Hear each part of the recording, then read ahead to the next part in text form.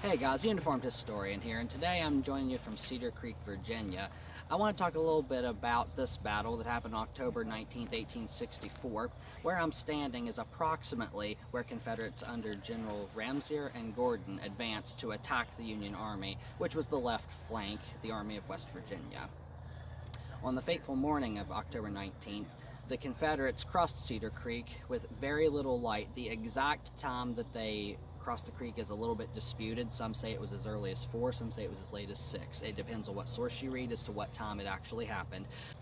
Now, if you'll imagine the 9th West Virginia Infantry out on picket duty down by the creek building up breastworks, they were the first in line. They were the flank, so to speak. They were the first regiment in line on the left flank of the Union Army.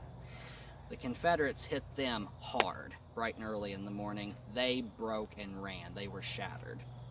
They came streaming back into camp to hit the 13th West Virginia, which was next in line. And that's how a lot of boys in the 13th got woken up that morning, was by soldiers from the 9th streaming through their camp. So they were aware as to what was happening. They had enough time to gather their arms, gather up their equipment, and Colonel Hayes actually ordered them to lie down. And it was very foggy. You couldn't see very much. They could probably just see the flashes from where things were going off in the distance. But eventually, they have the all might of the Confederate force upon them. They're being shot at from the front. They're being shot at from both flanks. They held out for as long as they could, just long enough to get the rest of the Army of West Virginia somewhat in order, and then they were finally overtaken and they were shattered as well.